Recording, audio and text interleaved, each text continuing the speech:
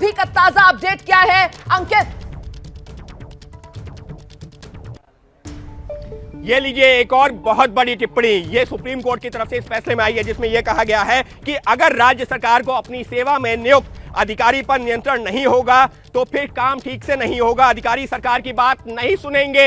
ये लीजिए, ये वो दलील है जो दिल्ली सरकार की तरफ से लगातार सुप्रीम कोर्ट में दी जा रही थी। दिल्ली सरकार के वकील यही कह रहे थे कि अगर अधिकारियों के ऊपर हमारा जो है कोई वश ही नहीं होगा, हम उनकी ट्रांसफर पोस्टिंग नहीं कर सकते, तो फिर अधिकारी हमारी बात सुनेंगे क्यों? यही बात सुप्रीम कोर्ट ने अपने आदेश में भी कह दी है कि अगर जो अधिकारियों के ऊपर नियंत्रण नहीं होगा तो वो बात नहीं सुनेंगे। यानी कि दिल्ली सरकार की दलीलों से कोर्ट काफी हद तक संतुष्ट नजर आ रहा है अभी तक के फैसले के मुताबिक। जी, तो एक एक करके ये जो अभी तक आदेश में जजों की तरफ से बात रखी जा रही है उसमें तो ऐसा लग रहा है कि दिल्ली सरकार की तरफ से जितनी दलीलें दी गई उन्हीं के साथ जज सहमति जताते हुए नजर आ रहे हैं, क्योंकि सबसे ताजा अपडेट यह है कि जजों की तरफ से इस बात को माना गया है कि अगर राज्य सरकार का नियंत्रण अपने अधीन अधिकारियों पर नहीं होगा तो फिर अधिकारी राज्य सरकार की बात मानेंगे ही क्यों। और इससे पहले उपराज्यपाल की शक्तियों को लेकर भी जजों की तरफ से साफ कर दिया गया कि उपराज्यपाल की शक्ति सिर्फ उन मामलों में जो विधानसभा के दायरे में नहीं।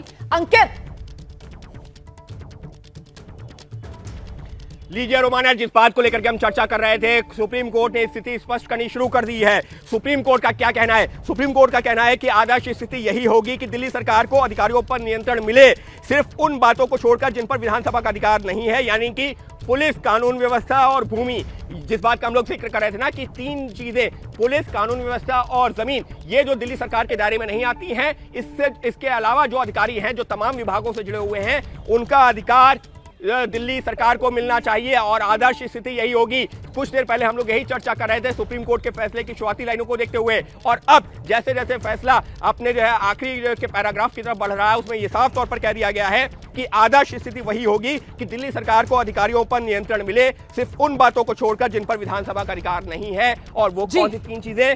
पुलिस, लॉ एंड ऑर्डर और जमीन से जुड़े हुए मुद्दे। यानी साफ तौर पर तस्वीर साफ होती हुई दिल्ली सरकार के नियंत्रण में होने चाहिए अधिकारी, यही आदर्श स्थिति है। ये पांचों जजों की तरफ से कहा गया है और यहां पर राइडर ये कि उन विभागों को छोड़कर जो दिल्ली सरकार के अधीन नहीं है, तो मतलब पुलिस, लॉ एंड ऑर्डर और लैंड को छोड़कर आदर्श स्थिति ये कि दिल्ली सरकार को अधिकारियों का नियंत्रण मिलना चाहिए। अंकित, जी बिल्कुल, और साफ तौर पर जो शुरुआत किस तरीके से कोर्ट अपने फैसले को पढ़ने की थी, हम लोग यही चर्चा कर रहे थे। तो इस बीच में एक और बड़ी खबर सामने आ गई है। कोर्ट के फैसले की एक और महत्वपूर्ण लाइन, कोर्ट ने कहा है कि हम दोहराना चाहते हैं कि उपराज्यपाल दिल्ली सरकार की सलाह और सहायता से काम करेंगे, क्योंकि क्या कहा गया है दिल्ली में एनसीटी एक्ट जो है उसमें कहा गया है with the aid and advice of the government, और उसी बात का जिक्र जो है सुप्रीम कोर्ट ने अपने फैसले में भी कहा है कि उपराज्यपाल दिल्ली सरकार के साथ में दिल्ली सरकार की सलाह और सहायता से काम करेंगे और इसमें सर्विसेज भी शामिल हैं। और अब आखिरी की कुछ लाइनें वो सामने आनी शुरू हो रही हैं। फैसले का निष्कर्ष दिल्ली दूसरे केंद्र शासित जो क्षेत्र हैं उनसे अलग है।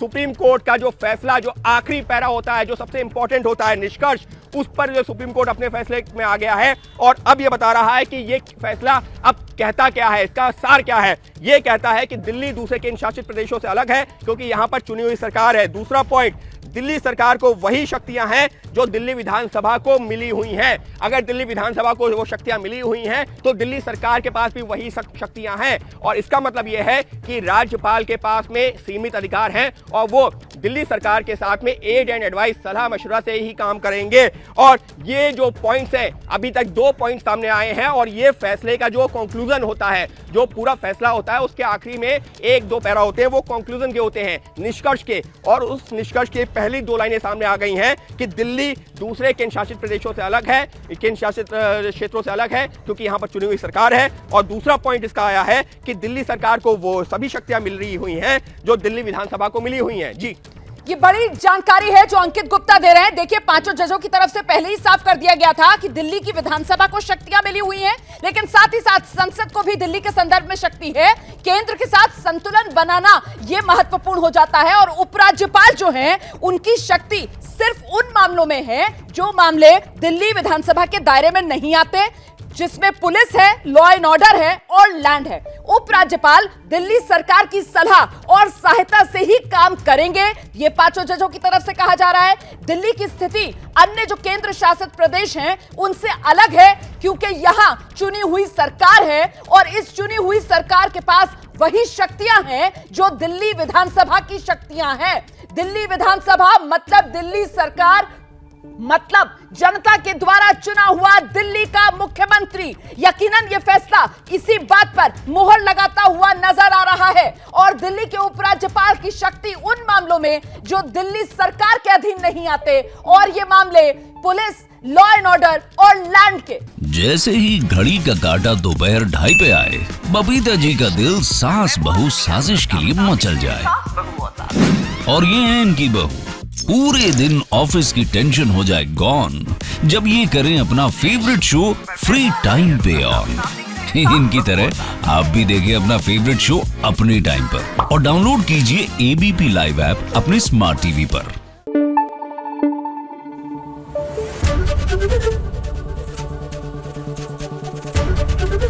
एबीपी न्यूज आपको रखे आगे।